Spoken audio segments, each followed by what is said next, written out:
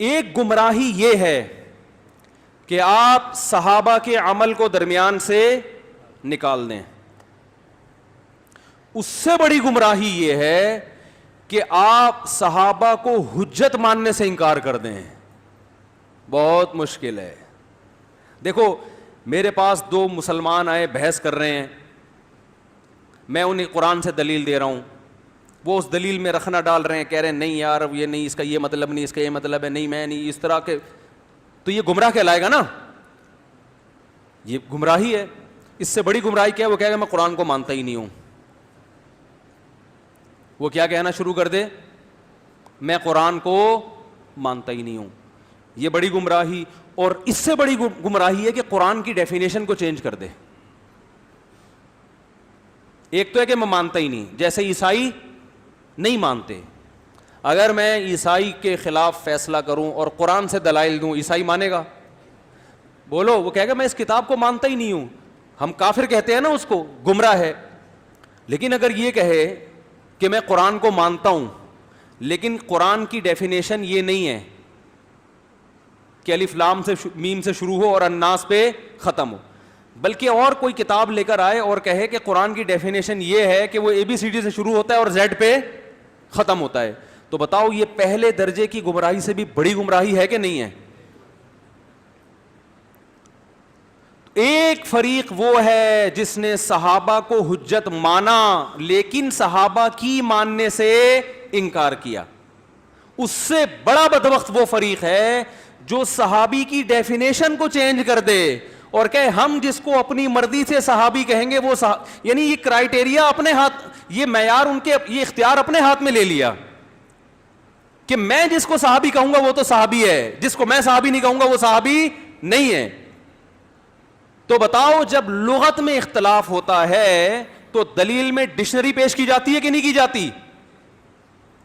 بولتے کیوں نہیں میرے بھائی؟ ڈکشنری کا حوالہ دیا جاتا ہے, لغت کا حوالہ دیا جاتا ہے.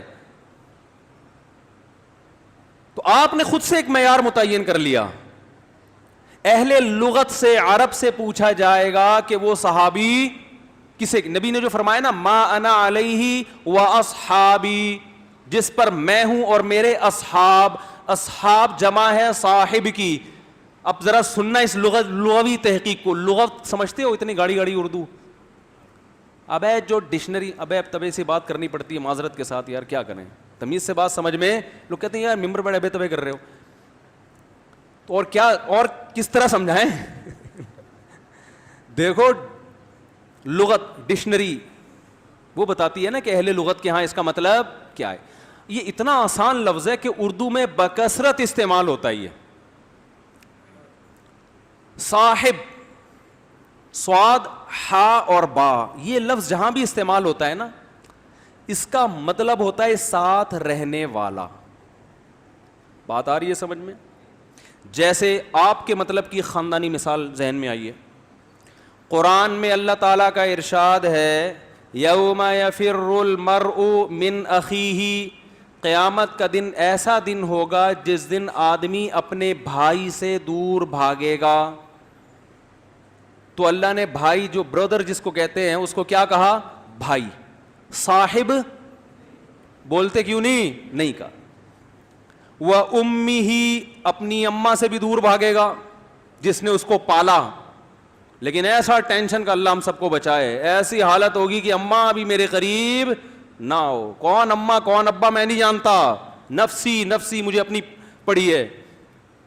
تو اللہ نے ان آیتوں میں اماں کو کیا کہا؟ اماں ہی کہا ہے, کیونکہ لغت میں اماں کو کیا کہتے ہیں؟ اماں ہی کہتے ہیں, کہتے ہیں. وصاحبتہ وامہ وابیہ, اپنے ابا سے بھی دور بھاگے گا. اب ابی کو اللہ نے کیا کہا؟ اب, جو اب کہتے ہیں. بیوی کو عربی میں زوجہ کہتے ہیں. کیا کہتے ہیں؟ زوجہ. جب ہر رشتے کا اللہ نے نام بتایا, انسان اپنے بھائی سے, بھائی کو اخ کہتے ہیں عربی میں. ابا سے دور بھاگے گا ابا کو اب کہتے ہیں, اماں سے دور بھاگے گا اماں کو کہتے ہیں. بیوی کی جب باری آئی تو زوجہ کہنا چاہیے نا, لیکن قرآن نے کہا وصاحبتہ, صاحب کی جمع کیا ہے؟ مؤنث. صاحب جو ساتھ رہنے والا اور صاحبہ جو ساتھ رہنے والی. تو جو آپ کے ساتھ رہا کرتی تھی اس سے بھی انسان دور بھاگے گا.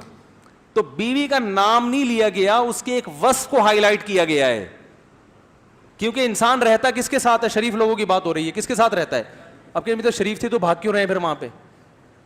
بھائی وہاں کیونکہ قیامت کی ہولناکیاں ایسی ہوں گی نا, انسان وقتی طور پر اپنے رشتے داروں کو بھول جائے گا. وصاحبتہ, جو اس کے ساتھ رہا کرتی تھی. اسی آیت سے میں نے ایک استدلال کیا ہے, ایک دلیل پکڑی ہے کہ جو لوگ سفروں میں بیویوں کو ساتھ لے کے نہیں جاتے, اس کا مطلب وہ بیوی کو صاحبہ. بولتے کیوں نہیں بھائی؟ جو بیوی کو ٹائم نہیں دیتے اس کا مطلب وہ بیوی کو صاحبہ نہیں سمجھتے. اللہ نے وسائل دیے ہوں تو لے جایا کرو, کیونکہ اللہ نے کیا فرمایا؟ ابا کو ابا کہا, ساتھ رہنے والے نہیں کہا, حالانکہ رہتے تو وہ بھی ساتھ ہیں. بھائی کو بھائی کہا, حالانکہ رہتا وہ بھی ساتھ ہے. ایک زمانہ ساتھ گزرا ہوتا ہے لیکن جدائی ہو جاتی ہے, ہر وقت نہیں چپکے رہتے. اماں کو اماں کہا, صاحبہ نہیں کہا. لیکن جہاں زوجہ کی باری آئی, اللہ نے کیا فرمایا؟ ساتھ رہنے والی کے ساتھ سے بھی بھاگے گا. اس سے پتہ چلتا ہے کہ اسلام میں زوجہ جب ایک دفعہ شادی ہو گئی تو پھلترو کی طرح وہ کیا ہو گئی ہے؟ چپک گئی ہے. پھلترو اس لیے کہہ رہے لوگ یہ سمجھ رہے ہیں یار کیا مصیبت پال لی ہے یار ہم نے. تو یہ شادی سے پہلے سوچنے کی باتیں تھی. اب جب ہو گئی تو وہ اس کو قرآن لقب کیا دے رہا ہے؟ بولو بھائی. وہ ہوتا ہے نا کرتے سے بعض دفعہ پھلترو کی چپک جاتا ہے دھاگا, آپ جہاں جہاں جا رہے ہیں وہ پیچھے پیچھے, آپ اس کو یوں یوں کر رہے ہوتے ہیں وہ پھر ادھرتا چلا جاتا ہے. تو کہتے ہیں یار یہ کیا پھلترو کی طرح. تو آپ اس کو ٹینشن سمجھیں یا نعمت سمجھیں, لیکن جب شادی ہو گئی تو پھلترو کی طرح چپک گئی ہے. قرآن کہہ رہا ہے. تو اس سے ایک بات پتہ چلی, صاحبہ کہتے ہیں ساتھ رہنے والی. تو صاحب کسے کہتے ہیں؟ ساتھ رہنے والا. اچھا دشمن بھی بعض دفعہ ساتھ رہتا ہے, اس کو صاحب نہیں کہتے. سمجھ رہے ہو؟ کیونکہ بعض لوگ کہتے ہیں تو پھر منافق بھی صحابی ہو گئے نا. او بھائی وہ ساتھ رہے دشمنی میں. فرعون کیا صحابی تھا؟ ارے وہ بھی تو موسیٰ علیہ السلام کے ساتھ, اس نے تو موسیٰ علیہ السلام کو پالا ہے, صحابی نہیں تھا. اس کو صحابی نہیں کہہ سکتے, وہ دشمن تھا. تو اللہ رب العزت نے اس لیے ہم کہتے ہیں جس نے بھی ایمان کے ساتھ, کیونکہ جب مومن ہو گیا تو اب دشمنی ختم. مومن اور اس نبی کی دشمنی ایک جگہ جمع نہیں ہو سکتے. تو جب اسلام قبول کر لیا تو آپ صلی اللہ علیہ وسلم کے ساتھ ایک سیکنڈ بھی گزارا ہو تو وہ کیا بن گیا؟ ساتھی. کیونکہ قرآن جب صحابہ کو لقب دے رہا ہے نا, قرآن نبی صلی اللہ علیہ وسلم کے ساتھیوں کو جو قرآن لقب دے رہا ہے وہ صحابی کا, یہ صحبت سے نکلا ہے. یعنی وہ لوگ جنہوں نے نبی کی صحبت اٹھائی ہے. اس میں حضرت ابو بکر سب سے پہلے داخل ہیں, حضرت ابو سفیان بھی داخل ہیں, حضرت معاویہ رضی اللہ عنہ بھی داخل ہیں, حضرت عمر عثمان علی تو وہ بھی داخل ہیں. کسی ایک کو اس سے خارج کرنا یہ اس کی علامت ہے. آپ کسی قرآن کی آیت کو قرآن سے نکال دیں اور کہیں قرآن کی ڈیفینیشن اس آیت پہ صادق نہیں آتی, تو یہ جیسے کفر ہے, ایسے کسی صحابی کو صحابی کی فہرست سے نکال دینا یہ بھی کفر ہے. کیونکہ قرآن جو فضائل بیان کر رہا ہے آپ اس فضائل کو تسلیم کرنے کے لیے تیار نہیں ہو اور آپ نے ان پہ وہ لفظ کا اطلاق کرنا چھوڑ دیا. یہ تو ضد اور ہٹ دھرمی کی انتہا ہے یہ.